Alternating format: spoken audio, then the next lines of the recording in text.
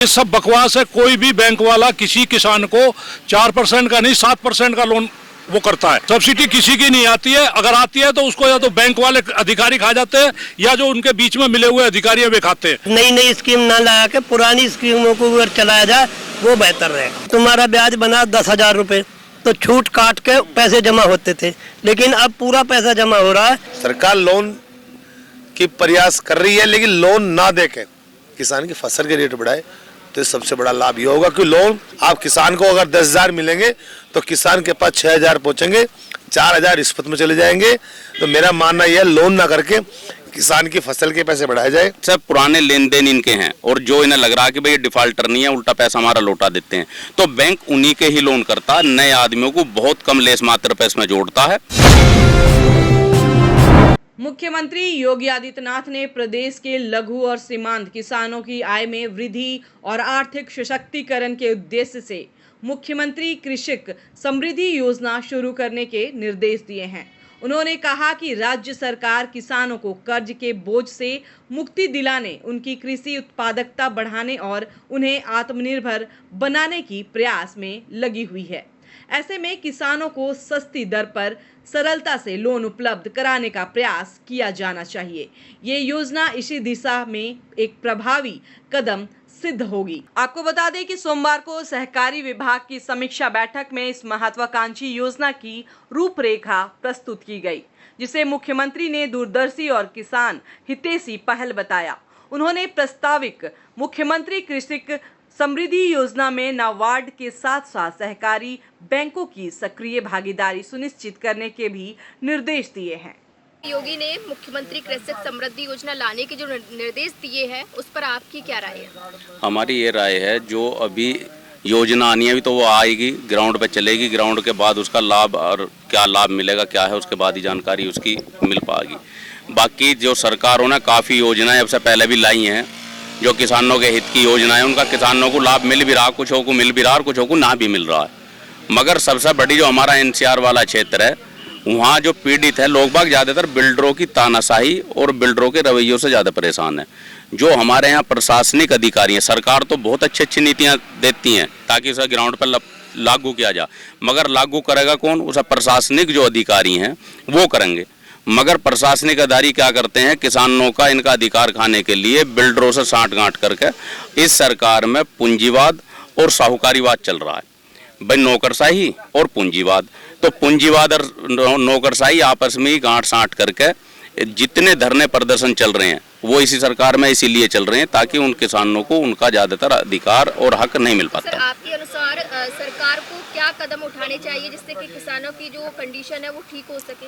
किसानों को जो है दरअसल अपने जो सांसद और विधायक हैं, इनको कहीं ना कहीं इनको अपना विश्वास में लेना चाहिए। दरअसल क्या है, हम अपने विधायकों के पास या सांसदों के पास अगर अपने क्षेत्र के जो प्रतिनिधि हैं उनके पास जाकर जब हम अपनी कंडीशन बताते हैं और वो जब ऊपर इस कंडीशन को हमारी को समस्याओं को रखते हैं तो वहाँ अधिकारी भ्रमित कर देते हैं। तो सरकार को जो है सबसे ज़्यादा जो है अपने अधिकारियों पर लगाम लगाने की ज़रूरत है। जितना भ्रष्टाचार जितना इनमें चल रहा है, जितना पनप रहा है और जितना किसान परेशान है इस सरकार में, वो सिर्फ अधिकारियों की देन है।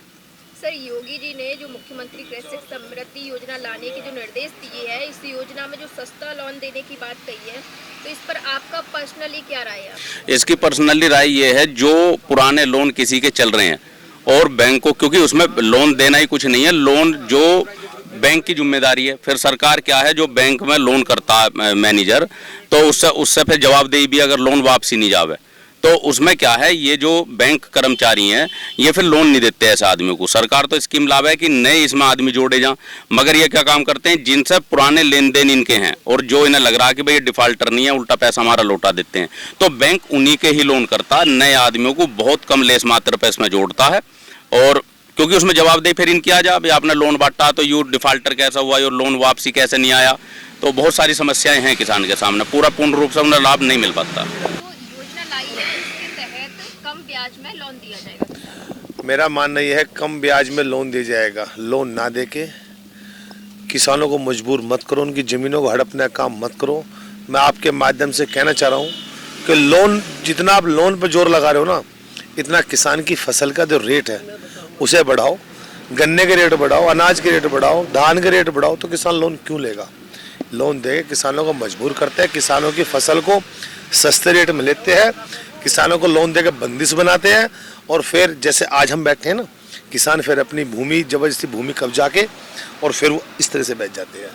तो मेरा मानना ये है कि सरकार लोन की प्रयास कर रही है, लेकिन लोन ना देके किसान की फसल के रेट बढ़ाए तो सबसे बड़ा लाभ ये होगा कि लोन तो 20% 10% यहाँ तक पहुँचता है, 70% तो बीच की बेल्ट होती है ना वो खा जाती है, उसमें से आधा रिश्वत में। आप किसान को अगर 10,000 मिलेंगे तो किसान के पास 6,000 पहुँचेंगे, 4,000 रिश्वत में चले जाएंगे। तो मेरा मानना यह है लोन ना करके किसान की फसल के पैसे बढ़ाए जाए ताकि 100% उसके हाथ में आए और वो अपने परिवार को सुख शांति से चला सके। अब जो ये नई नई स्कीम ला रहे हैं ना, वो पुरानी स्कीमों को तो ये फ्लॉप करते जा रहे हैं।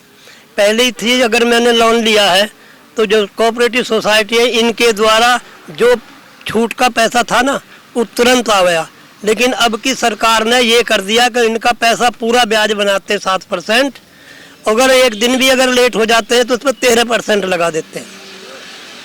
और पहले इन्हें पैसा जो हुआ, जैसे हमारे 9,000 रुपये ब्याज बना और 3,000 या 4,000 हमारी छूट हुई तो काट के बनावे, लेकिन अब हमारा वो पूरा पैसा जमा हो और उसे फिर खाते में डाला जाता है। तो ये कभी आ जाता है किसी का, कभी नहीं।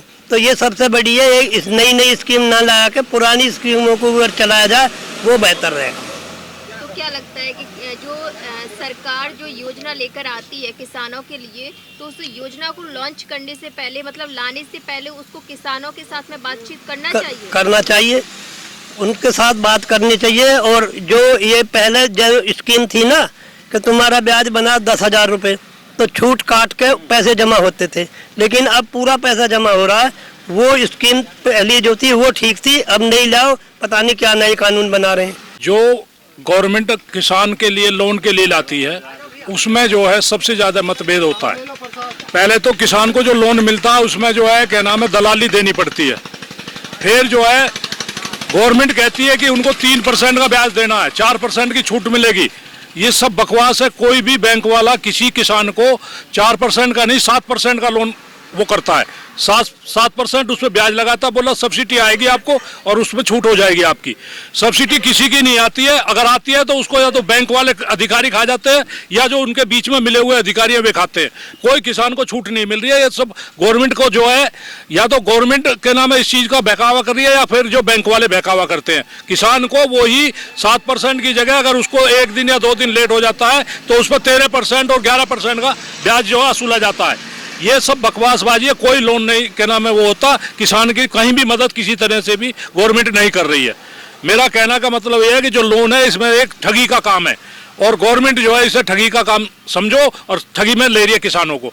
किसान से लूटना है इन्होंने, किसी तरह से लूट लो। जमीन में जो है सब्सिडी बसा के भी क्या नाम है किसान को लूट रही है, फुल मुआवजा उनको दिलवा के नहीं लूट रही, प्राइवेट बिल्डरों से जमीन खरीदवा रही है, उसमें किसानों को लूट रही है, बैंकों के थ्रू लूट रही है, बीमा में करते हैं बीमा के लिए भी लूट रही है। क्या बीमा में क्या देते हैं हमारे, फसल सूखा पड़ जाओ जब कुछ नहीं मिलता, बारिश ज़्यादा हो जाए जब कुछ नहीं मिलता, धान खराब हो जाओ, ईख खराब हो जाए, ईख में दीमक कीड़ा सब कुछ लग जाता, बताओ उसकी किसको वो देते हैं। ये सब एक हमें लूट खसोट है। जो भी किसान से लूट हो रही है वो सबसे ज्यादा किसान से लूट हो रही है आज की डेट में। मतलब सरकार जो योजना लेके आती है उनसे आप नाखुश हो? नाखुश हैं, बिल्कुल नाखुश हैं। इसमें कोई भी सरकार किसान की कोई मदद नहीं करी, किसान की लूट की मार है हर जगह।